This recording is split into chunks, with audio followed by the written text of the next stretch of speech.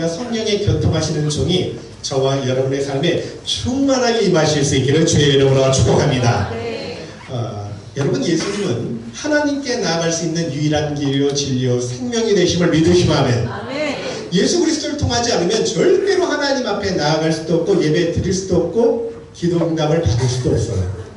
여러분, 구약시대는요 그 죄 용서 받기 위해서 제사를 드리죠. 근데 그 제사는요 모두 신약의 예수 그리스도를 예표하는 거예요. 그죠? 그러니까 오늘 우리가 예수 그리스도의 은혜로 말미암아 이 자리에서 참된 예배자가 된 게 얼마나 감사합니까? 보통 못 받은 게 아니에요. 성령이 저와 여러분과 함께 하시고 우리를 하나님 자녀 되게 하시고 이렇게 주님 앞에 예배 드릴 수 있는 것을 더 크게 감사드리며 성부, 성자, 성령께 온전히 영광 돌리실 수 있는 복된 시간 되기를 주의 이름으로 축복합니다. 우리처럼 이렇게 복 받은 사람이 없는 거예요. 옆에 분한테 한번 인사할게요. 당신처럼 복 받은 사람이 없습니다. 네, 오늘 말씀도요 영생에 대한 말씀이에요. 한 부자 청년이 예수님께 와서 영생에 대해서 이제 질문했더니 주님이 그 영생을 잘 가르쳐 주시는 말씀인데요. 우리 17절 읽고 한번 같이 말씀을 한번 시작해 볼게요. 자, 시작. 예수께서 길에 나가실새 한 사람이 달려와서 꿇어앉아 묻자하되 선한 선생님이여 내가 무엇을 하여야 영생을 얻으리이까. 여기 보니까 예수님께서 길을 가지고 계셨어요. 근데 한 사람이 달려와서 질문을 했대요.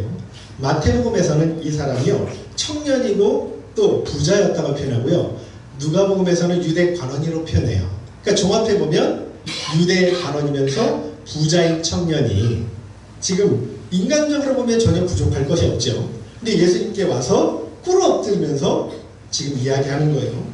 여러분, 문제가 뭐냐면 바로 영생에 대한 고민 때문이에요. 그러니까 스스로 영생을 확신할 수 없어서 선한 선생님, 내가 무엇을 하여야 영생을 얻을 수 있습니까? 이렇게 질문을 한 거예요. 여러분, 전도서 3장 11절에 보니까 하나님은 모든 사람 마음속에요 영생을 사모하는 마음을 심어주셨다고 말씀해요. 그래서 이 땅에 수많은 종교들이 생겨나는 거예요. 영생을 얻기 위해서 각자 종교들이 종교회의를 하고 있는 거예요. 여러분, 그러나 그 어떤 종교도 그 어떤 경전 속에서도 영생의 답은 없죠. 왜냐하면 영생은요 인간의 스스로의 노력이나 방법으로 절대로 얻을 수 있는 것이 아니기 때문에.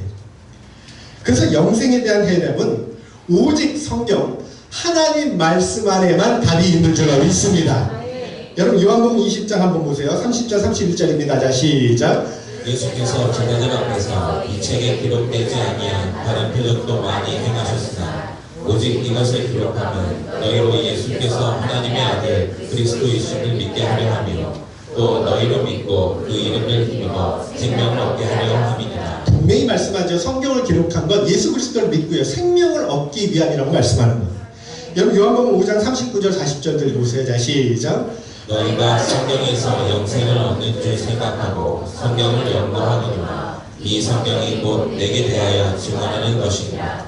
그러나 너희가 영생을 얻기 위하여 내게 오기를 원하지 아니하는도다.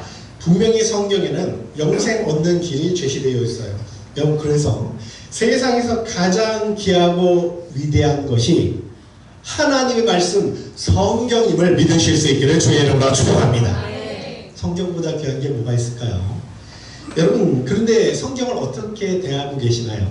정말 영생의 말씀이니까 가까이 하시고 읽고 묵상하고 그렇게 통독하고 계신가요? 아니면 여러분 멀리하고 뭐 주일에만 이렇게 같이 펼쳐주고 같이 읽고 이렇게 하시나요?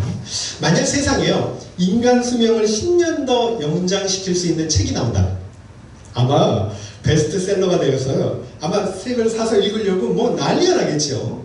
그리고 사람들한테 반드시 너 그 책 읽어야 돼 독려하지 않겠습니까? 하물며 성경은요 여러분 100년, 1000년, 만년이 아니에요. 영원히 살 수 있는, 그것도 복락 속에 살 수 있는 생명의 말씀이잖아요. 여러분, 영원한 생명, 영생은요 하나님의 생명을 이야기해요. 예수 그리스도의 생명을 말하는 거예요. 그 생명을 주신다는 거예요. 얼마나 감사합니까? 근데 중요한 건 영생을 못 얻는다고 그냥 아무렇게나 끝나는 것이 아니라는 거죠. 영생을 얻지 못하면 영원한 형벌, 영벌이라 그랬죠. 지옥 고통을 당해야 된다. 그래서 영생을 반드시 얻고 돌아가시기를 주의 이름으로 축복합니다. 우리 삶의 영생이 가장 귀한 거예요. 우리가 영생을 얻으려고 주님 앞에 찾아 나왔지 않습니까? 요한복음 6장에도요. 오병이어 기적을 행한 다음에 무리들이 또 떡을 먹으려고 이분은 왕사무며 평생 굶지 않겠다. 그래서 찾아왔어요. 근데 예수님은 그들에게 영생의 떡을 말씀하시고 자신이 영생의 떡을 주시려면 십자가를 지실 것을 말씀했어요. 그때 이게 뭔 말이야 하고 다 떠나가 버립니다. 실망한 거죠. 그때 제자들한테 너희도 가려느냐 그랬더니 베드로가 이렇게 이야기해요. 주여 영생의 말씀이 주께 있사오니 우리가 네게로 가오리이까 주는 하나님의 거룩하신 자신 줄 믿고 알았사옵나이다 하고 주님 마음을 시원케 해드려요. 여러분 주님께만 영생의 말씀이 있는 줄로 믿습니다. 그러니까 주의 말씀을 잘 들어야 돼요. 그래야 우리가 살 수 있는 거예요. 부디어 올 한 해요. 이 영생의 말씀 성경을요. 가까이 하시고 귀하게 대하시고 날마다 묵상하셔서 영생의 은혜를 풍성히 누리실 수 있기를 주의 이름으로 축복합니다. 다시 17절을 보니까요. 당시 유대 관원이면서 부자 청년이 주님께 찾아왔대요. 드문 일입니다. 자기 사회적 신분을 고려하지 않고 지금 엎드려서 간곡히 요청한 건 굉장히 큰 용기예요. 여러분 종교 지도자들, 다른 동료들은, 관료들은 다 예수님 배척하잖아요. 그런데 꿇어 엎드려서 예의를 다했다는 거예요. 뿐만 아니라 이 부자 청년이 예수님께 찾아온 거는요. 뭐 질병을 고침받거나 개인 문제를 해결하거나 아니면 예수님을 올무에 걸러뜨리고 뭐 그렇지 않아요. 딱 하나요. 영생에 대한 사모함으로 나왔다. 진리에 대한 갈망으로 나왔다. 여러분 그래서 예수님은 이 부자 청년의 마음을 보시고 자세를 보시고 굉장히 사랑하셨다고 말하는데 21절 한번 읽어보세요. 자 시작. 예수께서 그를 보시고 사랑하사 이르시되 내게 아직도 한 가지 부족한 것이 있으니 가서 내게 있는 것을 다 팔아 가난한 자들에게 주라. 그리하면 하늘에서 보화가 내게 있으리라. 그리고 와서 나를 따르라 하시니. 성경이 그냥 기록하지 않아요. 그 마음과 자세를 보시고 사랑하셨다고 표현해요. 여러분 오늘도 주님은요 부자 청년처럼 영생을 갈망하고 진리를 사모하며 주님께로 나오는 자들을 주목하시고 사랑하시는 은혜를 주실 줄 믿습니다. 여러분 분명히 그래요.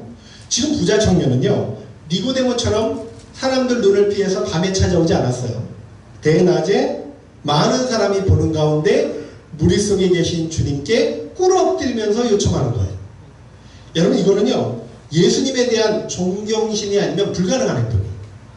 그러나 주님을 존경한다고 다 영생을 얻는 건 아니잖아요.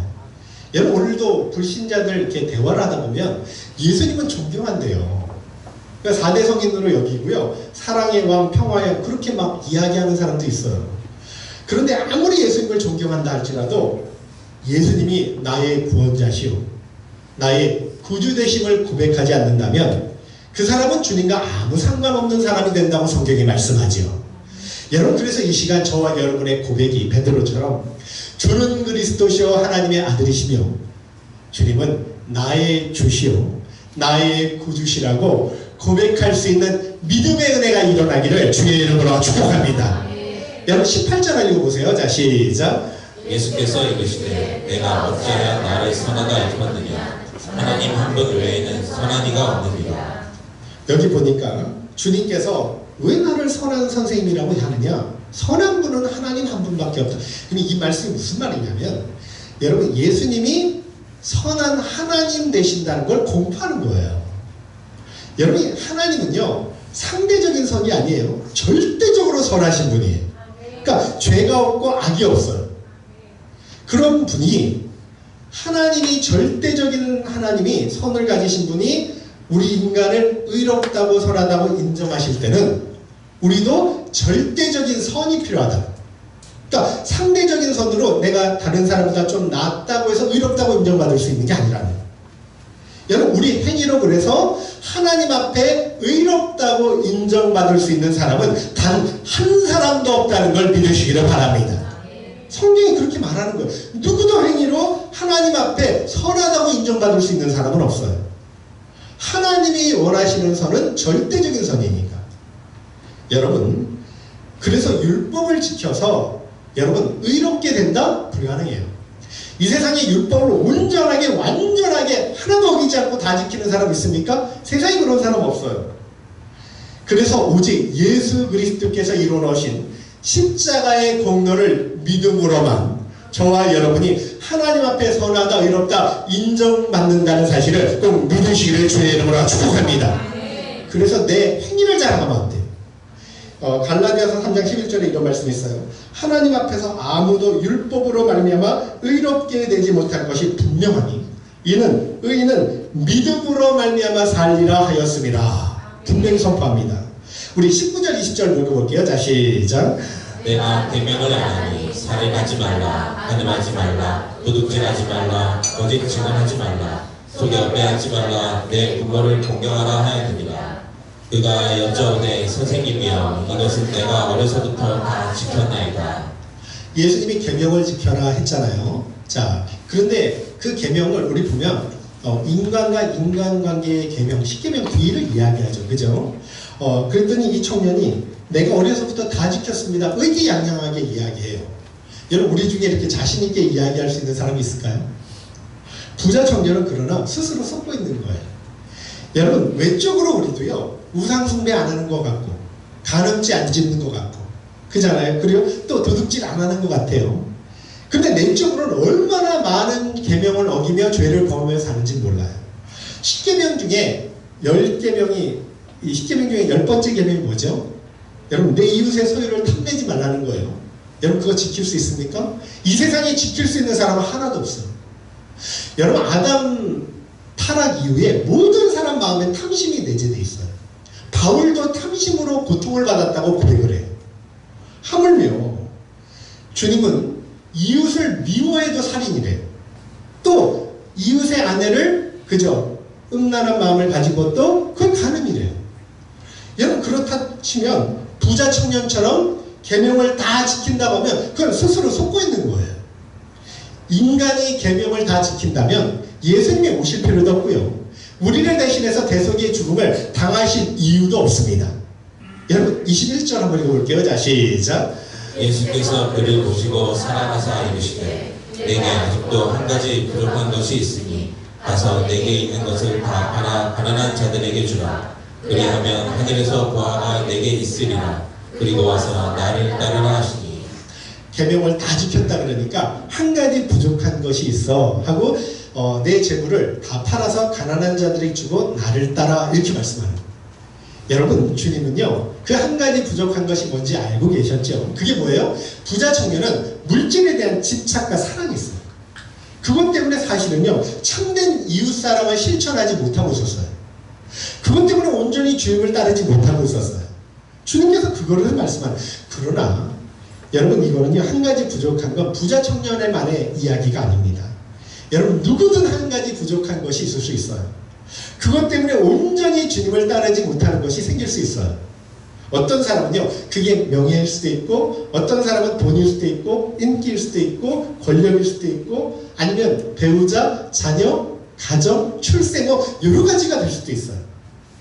여러분, 그러나 그것이 무엇이든 주님을 따르는 데 방해가 된다면 그것이 저와 여러분한테는 한 가지 부족한 것이 될 수 있다는 그런 말씀이죠.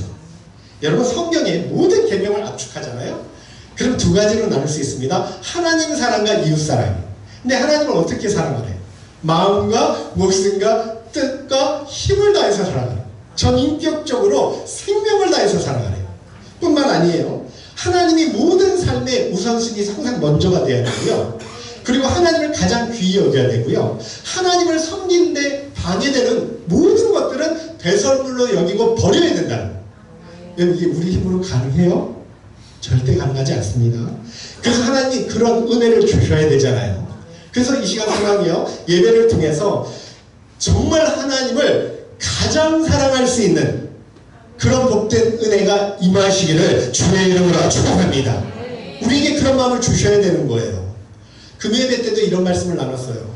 여러분, 순종은 믿음의 열매라 그랬죠. 종교개혁자 우리 장로교는 칼빈의 교를 따라가는데 칼빈이 그런 말을 하죠. 믿음을 이제 값없이 선물로 받는단 말이에요. 근데 믿음을 선물로 받은 사람들에게는 순종을 유발시켜준다는 거예요.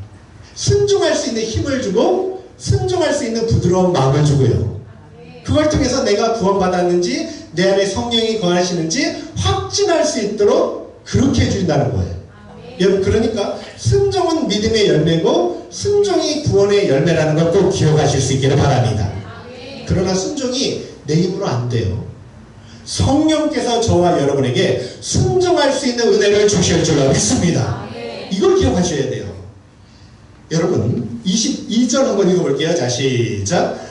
그 사람은 재물이 많은 고로 이 말씀으로 인하여 슬픈 기색을 띠고 근심하며 아니라. 여기 보니까 안타깝게 부자 청년은요, 재물이 너무 많아서 근심함에 돌아가서 영생의 기회를 다 잃어버렸다는 거예요.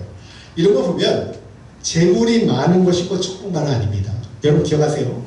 이 세상에서 복을 많이 받았다고 그게 신령한 복과 연결이 되는 건 아니에요. 여러분 디모데전서 6장 10절에도요.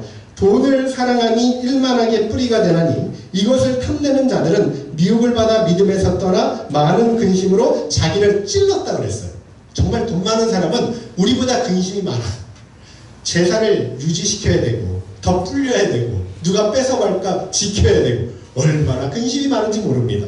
여러분 23절 한번 읽어볼게요. 자, 시작. 예수께서 불러보시고 제자들에게 이르시되 재물이 있는 자는 하나님의 나라에 들어가기가 심히 어렵도다 하시니. 이거는 원어로 보면요 불가능한 건 아니에요. 굉장히 어렵다는 뜻인데요. 여러분 부자들이 가난한 사람보다 회개하기가 그만큼 어렵다는 말씀이에요. 실제 그래요. 부자들은 정당하게 부를 축적한 사람이 많지가 않아요.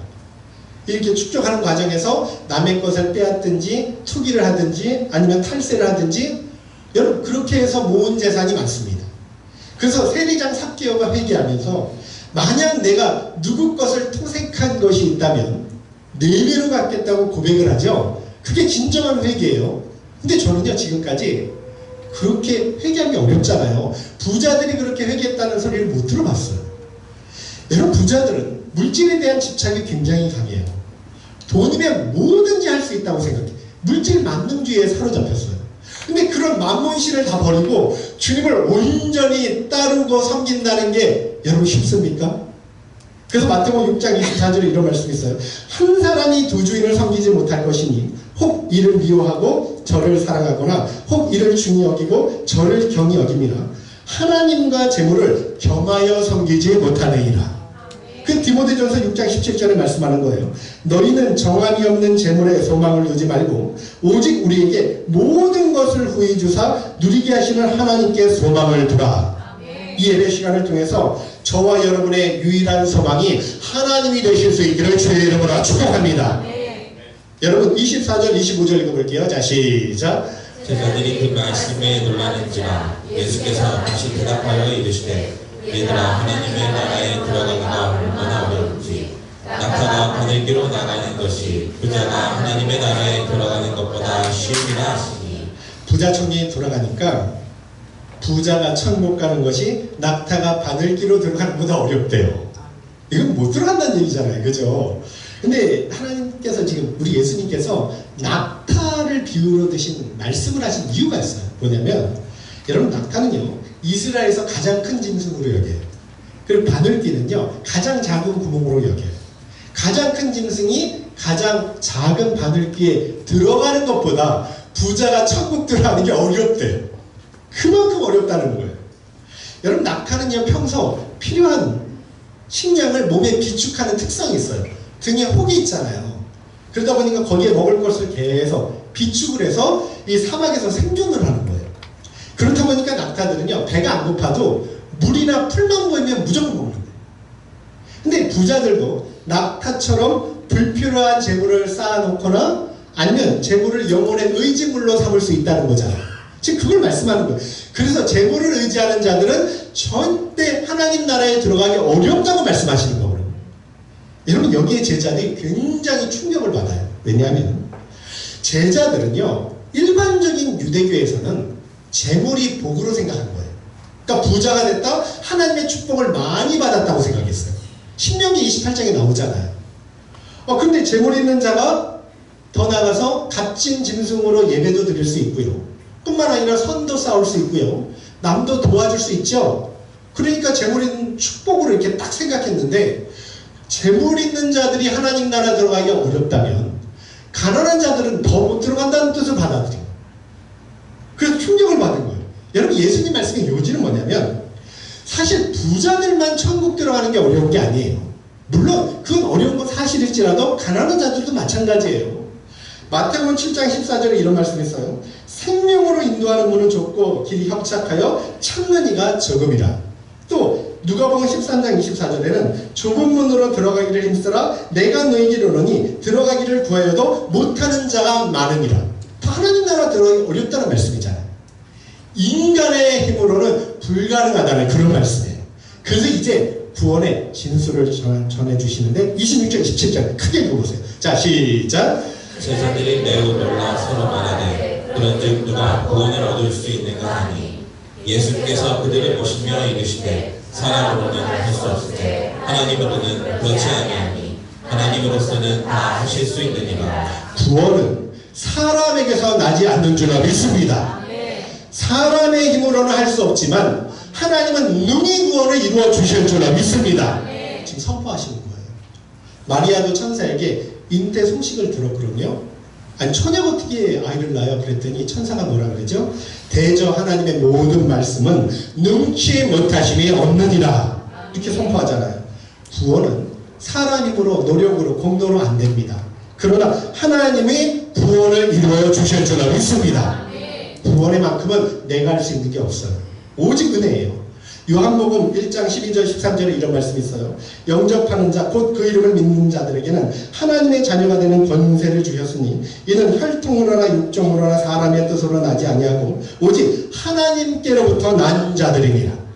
그러니까 저와 여러분이 예수 그리스도 믿었다, 이게 내 노력이 아니라 하나님께로부터 위로부터 태어났기 때문에 우리가 믿은 줄로 믿습니다. 또 요한복음 6장 44절을 보니까 나를 보내신 아버지께서 이끌지 아니하시면 아무도 내게 올 수 없으니 오는 그를 내가 마지막 날에 다시 살리리라. 아, 그래요. 하나님이 이끌지 않으면 예수님께 올 수 없다. 여러분, 믿을 수도 없고요. 성령께서 내주하시지 않으면, 역사하지 않으면 거듭날 수도 없고 예수님을 주라고 시인할 수도 없어요. 그래서 저와 여러분은 이 세상에서 가장 큰 복을 받고 이미 큰 은혜를 받은 복된 주인공이 되는 줄로 믿습니다. 우리가 은혜를 받았기 때문에 예배자가 될 수 있는 거예요. 그래서 부자나 가난한 자, 자기 공덕 위로는 하나님 나라에 못 들어가지만 하나님께서 주시는 구원의 은혜, 그저 하나님께서 성령의 역사, 말씀의 은총으로 저와 여러분이 구원받았다는 걸 의심하지 않기를 주의 이름으로 축복합니다. 이걸 믿잖아요. 그러면 어느 날 잘 못 생활해도 그것 때문에 구원을 잃어버렸다고 생각하지 않아요. 막 구원이 흔들리지 않는다는 거죠. 여러분, 구원은 사람에게 나지 않아요. 하나님은 전능하셔요. 무엇이든 할 수 있어요. 여러분, 하나님의 역사하면요, 낙타도 바늘귀에 들어가는 은혜를 주실 줄로 믿습니다. 하나님이 역사하면 죄인도 의인이라고 칭함받는 은혜를 주실 줄로 믿습니다. 이게 하나님이 하시는 일이에요. 이 산을 들어 바다에 던지는 명예도 그대로 일어난다는 거예요. 그래서 이 세상의 가장 큰 은혜와 기적은 나 같은 죄인이 하나님의 자녀가 되고 영원한 생명을 얻은 것을 여러분 믿으시기를 주의 이름으로 축복합니다. 이걸 생각하면 항상 감사할 수 있어요. 얼마나 여러분, 이 땅에 잠깐 고난을 받아요. 고난이 없진 않아요. 그래도 영원한 생명 얻고 주님 나라에서 영원히 복락을 누리며 산다는 거 생각하면요, 기쁨으로 이겨나갈 수 있는 힘을 주실 줄로 믿습니다. 로마서 3장 24절에 말씀합니다. 그리스도 예수 안에 있는 속량으로 말미암아 하나님의 은혜로 값없이 의롭다 하심을 얻은 자 되었느니라. 값없이래요. 아무 대가 없이 공짜로 의롭다고 인정을 받은 거래요. 여러분, 앞으로 그래서 전능하신 하나님 고백할 때 이렇게 고백하셔야 돼요. 나 같은 죄인 의인 만드신 하나님, 나같이 구제불능 하나님 자녀 삼아주신 하나님 감사드립니다 하고 고백할 수 있기를 바랍니다. 여러분, 31절 한번 읽어볼게요. 자, 시작.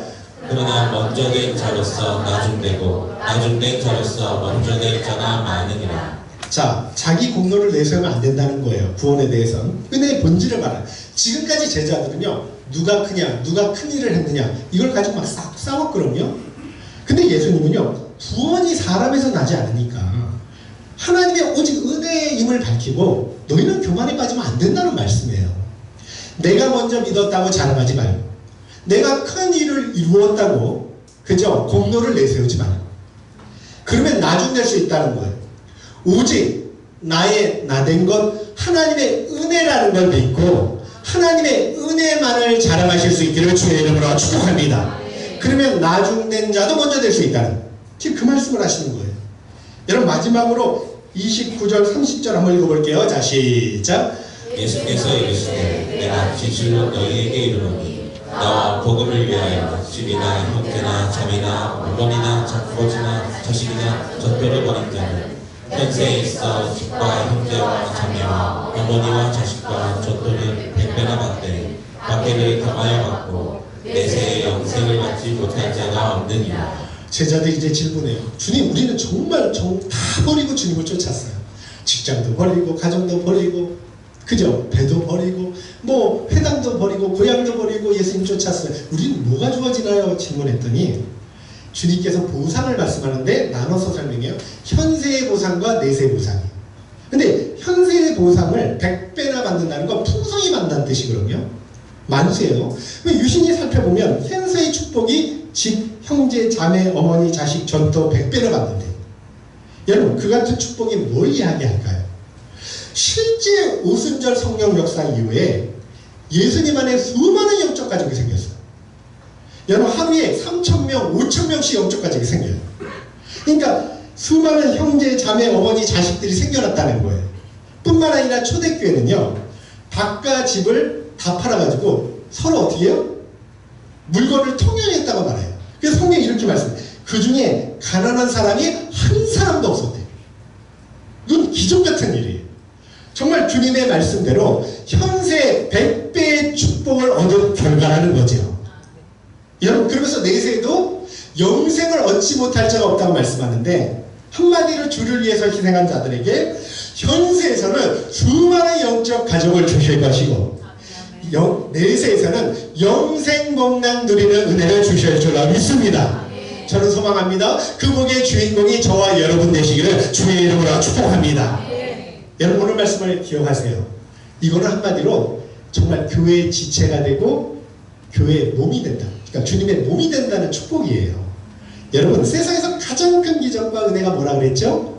내가 구원받고 내가 영생 얻고 하나님의 자녀된 복이라는 걸 잊지 않으시기를 주의 이름으로 축복합니다. 특별히 예수님은 영생이셔요. 그리고 예수님의 말씀은 영생의 말씀이십니다. 그 영생의 말씀을 날마다 가까이 하셔서 정말 영생의 은혜를 충만히 누리며 살아가시기를 주의 이름으로 축복합니다. 우리에게도 한 가지 부족한 것이 있는데요. 주님이 더 큰 믿음과 은혜 주셔서 주님을 따라올 수 있는 은총 주신 게 얼마나 감사합니까? 여러분, 이게 주님의 은혜예요. 그래서 여러분, 구원은 하나님께로부터 오는 것이니까 먼저 믿었다고 내 공로 자랑하지 않고요. 언제나 끝까지 그리스도의 의만을 붙들고 믿음으로 승리할 수 있는 저와 여러분 되시기를 주의 이름으로 축복합니다.